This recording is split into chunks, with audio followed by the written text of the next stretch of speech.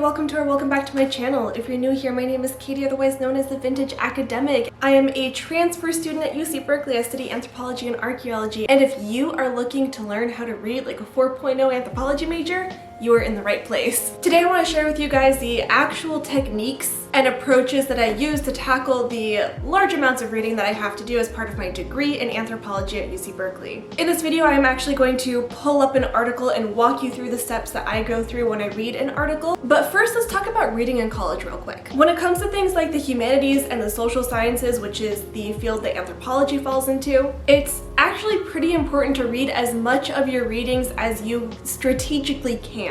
Because odds are the way your class is structured and the discussions that you're having and the lectures that you're being given are based in the readings and the concepts of those readings. So it's not so easy to just skirt by without doing your readings like you might have been able to in high school or community college or even lower division courses if you're a four-year university student, because most of your coursework for, again, humanities and social sciences will consist of a series of readings, a lecture that builds on the concepts in the readings, and then discussion about those readings. So you don't want to show up to class on discussion day not having done your readings and not having anything to contribute to class, or have no clue what the professor is talking about in lecture. Trust me, I've been there myself, and it's not fun. It also means that you're just not getting the value out of your education that you could be, given the fact that you're paying the money to go to college. But when you're taking 3 or 4 classes, and in each of those classes the professors are assigning you 3 or 4 pieces of reading each week, how do you possibly get that much reading out of the way? And to that I say, well, it's not really important what you read, it's important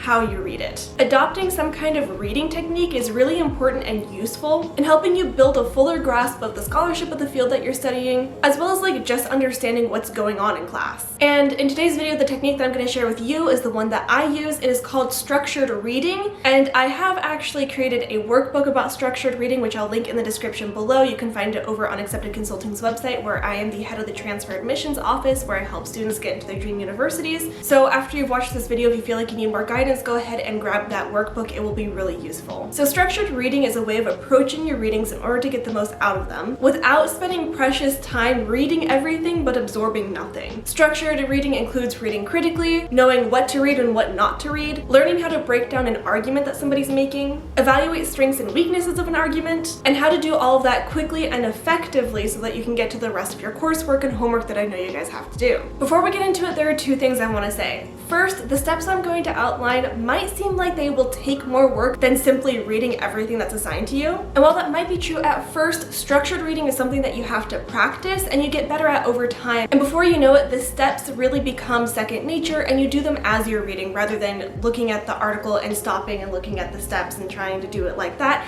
Eventually, it'll just become part of the flow of your reading style. Second, the other thing that I need to say is that as a Berkeley student myself, I don't always read everything that the teacher assigns me. Sometimes it's okay to just look at what you know you need to read and just do that and let the other stuff go. For example, one of my professors asks that we write a reading response to the readings every week this semester, and her requirement was that we talk about at least 1 or 2 of the readings from that week when she usually assigned more like 3 or 4 readings. So if that means that I don't have the time to get to all 4 of my readings, I'll only do 2, so that way I'm meeting the requirements of the assignment while still getting a general idea of the concepts that we're going to be talking about in class that week. So I just want to say, if you're not getting to all of your readings, it's okay. Even I, as a 4.0 Berkeley student, don't do all of my readings. Again, like I said, it's more important how you read things than what you read. Anyways, let's get on into the rest of the video. I'm gonna go ahead and pull up an article and walk you through the steps of structured reading. Step number 1 is to always read with a purpose. Make sure that when you sit down to do your reading, you're approaching all of these readings with a concept, a theme, or a question in mind that will help you think about that reading. This means doing something like checking to see if your instructor has posed a question for you, or taking a look at the key concepts included in the module for that week, or even looking at the topic for the week on your syllabus. Anything that you can do that kind of contextualizes the reading so you can understand why you're reading it and how it relates to the class. It's also helpful to ask yourself when you start a reading what you're hoping to get out of it. This will help you later on in the identify stage because you need to know what you should be looking for before you can find it. Step number 2 is to take a scan and scope of the text. Start by scanning the entire document so you can kind of get a sense of what the document's about. Once you've given it a general look over, go back to the beginning and start actually reading with the abstract and or the introduction, depending on whether or not it has an abstract. Once you have read the introduction, skip the middle and go straight to the conclusion and read that. The reasoning for this is reading the introduction will tell you what the author is planning on talking about, including things like their thesis, their argument, their methodological frameworks and theoretical frameworks. And then the conclusion should tell you what they did talk about and what conclusions they came to during their investigation. And if I'm being completely honest, that's where you can stop if you don't have time to do any more. I can't tell you the number of times that I have walked into class and realized I forgot to do the readings for that week, so I pulled it up on my laptop and I read the introduction, I read the conclusion, and I just went from there. It's really incredible how much information you can get from just reading those 2 sections of a piece. Anyways, by hitting the introduction and the conclusion, you're ensuring that you at least know the concepts that are being talked about and the outcome of that author's investigation, and hopefully give you an idea of what's going on in class. However, once you have done this, if you do have time, you should go back after reading the intro and conclusion and read through all of the headings and subtitles of all the different sections. If you have even more time, you should read the introduction paragraph and the concluding paragraph of those sections so you can understand the logic or the roadmap of whatever it is you're reading. This will also help you identify the different sections that you might want to pay closer attention to later on when you're looking for any kind of specific information. Step number 3 is to identify the logic of the text. So like I said, if you have the time, which is one of the great things about structured reading, is that you can really utilize the different steps of structured reading depending on how much time you have, and all of them are effective for different things, but ultimately effective for helping you understand what's going on in class. So again, if you have the time, you can now start reading a little bit more in depth, and I recommend starting by identifying the main thesis or argument and rephrasing it or writing it down in your own words. That way you can be sure that you actually understand the position and the argument that the author is trying to make. This will also come in handy if you are attempting to write some kind of research essay based on the readings from your coursework. That way you can go back and reference your notes and you can use your own paraphrasing of the thesis in your future research paper. Anyways, that's kind of beside the point. When you're starting to do your more in-depth reading, ask yourself some questions like, what is the author trying to argue? What evidence do they use to support their argument? What other kinds of research have been done on this? And is the author drawing that research into this conversation? Things that get you starting to think critically about the reading. So now that I've gone through and I've read the introduction and the conclusion and I can go and look at the headings, I can kind of get a sense for the flow of the paper and how the author develops the logic. So I know that they're going to talk about paleopathology and what it is. Then I know it's going to talk about what the limitations of paleopathology is as a discipline.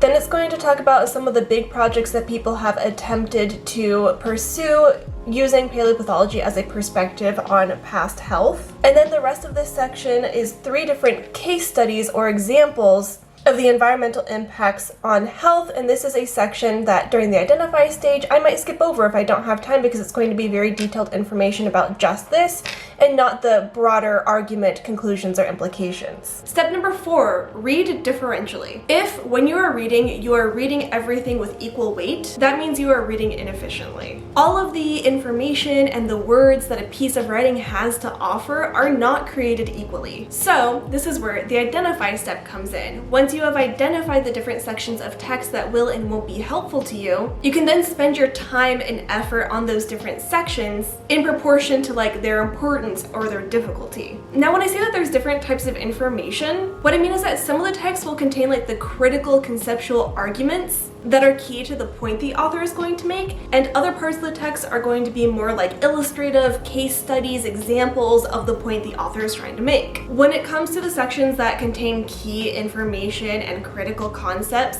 those are the parts that you're going to want to read carefully, slowly, repeatedly if need be, and then the illustrative material stuff that you can either read more rapidly or skip over altogether. But knowing where that text is, and again that's where the identify step comes in, will make it easier for you to find it, read it, and understand it. Step number 5 is to annotate, highlight, and note as you go. Annotating, taking notes, highlighting, just kind of interacting and engaging with the reading material is really important to making sure that you're actually understanding and absorbing the material. That being said though, be economic with your highlighting. This means don't just highlight everything, it means highlighting the things that are actually important. I usually like to highlight like key phrases that contain, again, those critical concepts or arguments, the thesis, the types of evidence that they're using, important names, dates, definitions that help me understand the context of the piece, conclusions, implications, so on and so forth. I also encourage you to annotate, which is writing in the margins or taking notes on a separate piece of paper about your personal thoughts, your ideas, connections that you're forming with other material, other scholarship, and also things that you don't understand or things that you want to revisit or bring up later in class discussion. And last but not least, step number 6 is to review. Now again, reviewing is only if you have the time. Reviewing is important so that you can ensure that you understand the concepts and the arguments of the reading, as well as reflect on and evaluate the argument that the author is trying to make. But this doesn't have to be some kind of like big, formal, combing through your notes and writing up a book review type of thing. What I usually do is get to class 5 or 10 minutes early, and I sit down, I pull up my readings, I look through my highlights, I look through my annotations, and I make note of anything that I think I want to bring up, either a discussion or anything that I have a question about. This way the information is fresh in my mind, I know what we're going to be talking about in class, I'm going to understand how the lecture is building upon the concepts in the readings, and again, I can ask any clarifying questions if I need to. So again, structured reading is really useful for different scales of time that you have, so you can definitely review in 5 to 10 minutes before your class starts. But if you do have the time and you want to review in depth, maybe for an annotated bibliography or a literature review for an honors thesis or a really important paper, make sure you take the time to summarize the writing in your own words. Deep learning truly comes from actually engaging with the scholarship, and in my opinion, that engagement should look like synthesizing your own knowledge and understanding of what those arguments are. So if you can sit down and write a short and succinct review of that piece of literature that covers things like the argument they're trying to make, their methodologies, their theoretical frameworks, and the conclusions that they came to, that is going to be really helpful not only in future endeavors like when you're going on to do graduate school or when you're writing a research paper, but it's also going to ensure that you're engaging with the material, which is going to build deeper connections in your mind, meaning that you'll get the most out of your education and your reading. When you're doing the review process, there are some questions I think you should ask yourself, such as, was the argument logical, plausible, and supported by evidence? What are some alternative arguments that might come to mind? What were the limitations to their arguments? Why do these findings matter? And what would you criticize about their argument? Now, those are just some questions. There's definitely more out there that you could ask when looking at something through a critical and analytical lens, but those are just to help you get started. All right, so that is essentially how I do my readings. I try my best to utilize the structured reading technique. I usually don't do it in full unless I am doing something like an annotated bibliography or I'm writing a paper, but I definitely do utilize the smaller time scale of structured reading when it comes to the intro, the conclusion, reading the headings, and highlighting anything that I think is going to be really important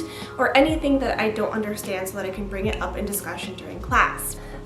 Lastly, before you go, I want to show you what a fully read and annotated article looks like so you have a better idea of what the process might actually end up looking like. So here I highlighted the title and I asked myself, what are syndemics? Because I did not know what that word was until I found the definition in the reading. But by asking myself that question, I knew it was information I was going to need to look for. So through here, you can see that I've read the introduction very closely. I've highlighted things I thought were important. I underlined things that I thought were extremely important. I alternate between colors of highlight sometimes in order to differentiate things that I want to remember versus things I think are important. I leave notes to myself in my margins so that I can more easily identify the passages that are going to be important. I ask myself questions in relation to other things that we've been talking about in class. And you can see I'm being fairly economical with my highlighting.